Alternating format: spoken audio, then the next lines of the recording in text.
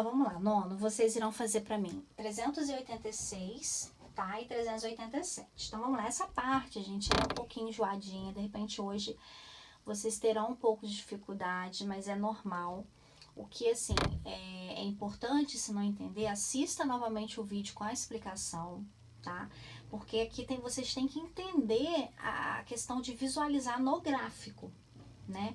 Porque o que eu expliquei hoje? Vocês calcularem, né, para quais valores de x numa função do segundo grau, o y pode ser positivo.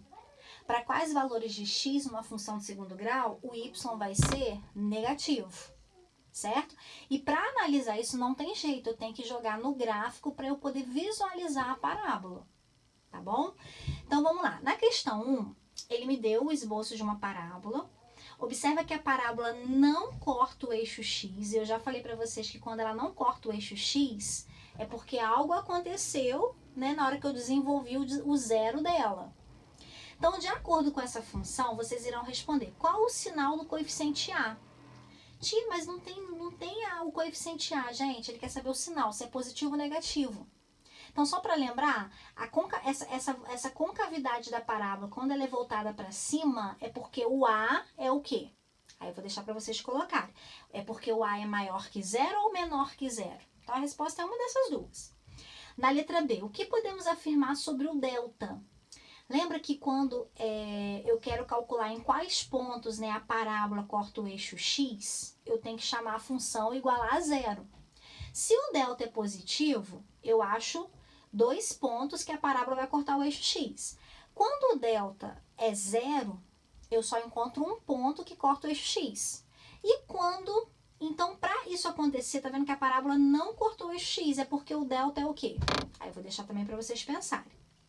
Na letra C, qual é o conjunto solução da inequação para f de x, tá? Para f de x maior que zero. Ou seja, ele quer saber para quais valores de x o y vai ser, no caso, maior que zero. Olha só, gente, o y é como se tivesse aqui, ó, a reta y tá aqui, certo? Então, ele quer saber para quais valores de x, né, o y vai ser positivo. Só que eu não tenho pontos que corta aqui o eixo x. Então, significa que para qualquer valor, o y sempre vai ser, né, nesse caso aqui, positivo. Então, essa letra C, gente, simplesmente eu posso falar que a solução são os números reais. Qualquer número que eu colocar nessa função, né, que eu nem sei que função é, qualquer número que eu colocar no lugar de x, né, como ela não passa aqui na reta x, o y vai ser positivo, tá? Na letra D, qual o conjunto solução para f de x menor ou igual a zero? Ou seja, ele quis dizer o seguinte, para quais valores de x o y vai ser negativo? Essa parábola, ela tá vindo até aqui embaixo? Tá vendo que ela não tá? Ela só tá nessa parte aqui acima do eixo x, ela nem toca no x. Então, vai ter como essa função aqui dessa parábola ter algum valor para y negativo? Não. Então, quando isso acontece, a gente fala que no caso, né, não tem solução. Pode ser um zerinho cortado no meio, certo? Aí na questão 2, observe o gráfico. Aí eu até fiz aqui um eixo y para vocês entenderem melhor. Vocês podem fazer aí também. Porque geralmente ele só vai trazer o eixo x. E um ponto, né, e com a parábola. Aí tá assim, qual o sinal do coeficiente A? Então, você vai olhar, se a concavidade é voltada para baixo, o A é alguma coisa. Ele é positivo ou negativo, aí você vai escrever. O que podemos afirmar sobre o delta? Através do delta, a gente consegue, né, visualizar se a parábola cortou em um ponto, 2 pontos ou nenhum ponto. Mas aí esse delta, ele é o quê? Ele é positivo? Ele é negativo? Ou ele é igual a zero? Na letra C, qual o conjunto solução da inequação g de x, olha, é como se aqui fosse y, tá? Maior ou igual a zero. Então, olha só, gente, veja bem, essa parábola só cortou no eixo 5. Aí ele quer saber para quais valores de x essa parábola, né, para quais valores de x, o y vai ser positivo, né? Porque ele quer saber para y, né, no caso, maior ou igual a zero. Primeiro, o y maior, ele seria aqui, ó, nessa parte aqui de cima. Essa parábola, ela tá vindo até aqui em cima? Não. Então, não vai ter nenhum número aqui no y positivo para juntar com um x para fazer parte dessa parábola. Agora, como ele quer maior ou igual a zero, ou seja, para qual... Então, já que para maior que zero você não tem, mas para y igual a zero você tem, que é o 5. Porque para y ser zero, a marcação vai ser na reta x. E foi em qual ponto? No 5. Então, essa letra C, a solução ali é 5, certo? E na letra D, qual o conjunto solução para que essa função, né, g de x, lembrando que é o y, seja menor que zero? Menor que zero, o y tem que ser o quê? Negativo, que é essa parte aqui do y. Então, para quais valores aqui do x, né, para o y ser menor que zero? Observa que o 5 está aqui, né? Para y, para x igual a 5, y, no caso, é zero, certo? Agora, observa que agora, para cá, a esquerda do 5 e a direita do 5, né? Para qualquer valor aqui, eu posso marcar com y negativo. E para qualquer valor também antes do 5, eu posso marcar sempre vai ser com algum valor do y negativo.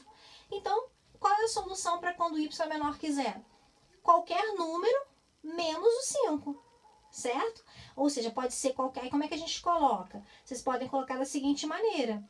O S é igual ao conjunto dos reais, que são todos os números, menos o 5. Porque o 5 não pode entrar, porque para 5 o y é zero, tá? E na 387, ele já me deu as funções, ele não me deu o gráfico. Então, o que vocês vão fazer? Escreva o conjunto solução dessa inequação. No caso aqui, é para menor que zero, então é negativo. Então, vocês primeiro vão achar o x' x duas linhas, tá? Essa número 3 eu vou fazer para vocês, ó. Ele aqui achou o x' x duas linhas. Você vai marcar, vai fazer só uma retinha x, tá vendo? E marca os dois pontos. No caso, os dois pontos que ele encontrou foi menos 6 e menos 5. Aí, gente, tem um macetinho. Toda vez que a parábola for para cima, esse meio aqui vai ser os negativos do y, porque o y, ó, a reta y, ela passa aqui, certo? Então, daqui para baixo que são os negativos do y. Então, por isso que vai ficar nesse meiozinho aqui da parábola. E as laterais vai ser os valores para o y ser positivo, né? Por quê? Aí, como ele quer, para quais valores, né, de x para o y ser menor que zero, o y é negativo. Em qual parte que o y sempre vai ser negativo? É nesse meio aqui de menos 6 e menos 5. Aí, vocês vão colocar assim, ó, solução x pertence a R, tal que... Aí, como tá entre dois números, a gente faz dessa maneira, ó, põe o x, menor, menor, e coloca os números, ó, menos 6 e 5. Significa que o x aqui, né, para qualquer valor de x que seja maior que menos 6 e menor que menos 5, sempre vai dar um y negativo, tá? Aí, assim, vocês vão fazer na 4 e na 5 para mim. Aí, eu vou deixar para vocês fazerem. Na questão 4, gente, mesma coisa, você vai desenvolver, achar os pontos. É claro que vai ter algumas questões que você não vai nem conseguir achar os pontos, né? Porque se o delta for negativo, né, você não vai ter como traçar uma parábola que passa por eixo x. Então, por exemplo, nessa questão 4, isso vai acontecer, tá? A parábola que ela é voltada para baixo, né, gente, por causa do A negativo. No caso, ela vai ser voltada para baixo, e na hora que vocês desenvolverem, vocês vão ver que o delta é negativo. Por isso que ela não vai tocar o eixo x. E por que eu desenhei ela abaixo do x? Porque o A é negativo. Então, ó, o y tá aqui, né? Essa parte aqui toda é negativa do y. E essa parte de cima aqui toda é positiva. Então, para quais valores... Essa inequação, né, o x tem que ter para o y ser menor ou igual a zero. Para ser menor ou igual a zero, gente, qualquer número tá? Que seja aqui no X, o Y vai ser, ó, qualquer número que eu colocar no X aqui, para tocar nessa parábola, tem que ser para baixo e não para cima, certo? Então, qual é o conjunto de solução aqui? Os reais. E a questão 5 eu vou deixar para vocês fazerem sozinhos, para ver se vocês vão conseguir entender. Como eu disse, é uma matéria mais enjoadinha, precisa de bastante atenção. Se for necessário, assista ao vídeo mais de uma vez, tá bom? Beijos!